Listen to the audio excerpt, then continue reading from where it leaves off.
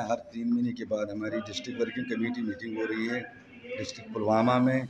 इसमें हम यही जायज़ा ले रहे हैं, चाहे पंचायत इलेक्शन हो, चाहे योलबी इलेक्शन हो, इलेक्शन के लिए हम तैयारी कर रहे हैं। हाँ, एक्स प्रेसिडेंट जो सजाद साहब मेरे बेटे समान हो, इसको और जिम्मेदारी मिली है, शुपियन की प्रभारी भी है।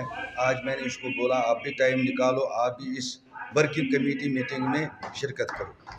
कि यासीन मलिक को फांसी की डिमांड उन्होंने ऐसे ही तो की नहीं होगी, उसके खिलाफ केस चल रहे हैं। यासीन मलिक एक आतंकवादी रह चुका है और उसने जो गुनाह किए हैं उनकी सज़ा मिलनी चाहिए। लेकिन अब एनआईए ने शायद डिमांड की है कि एक्सट्रीम जो मैक्सिमम पनिशमेंट है उसकी डिमांड की है।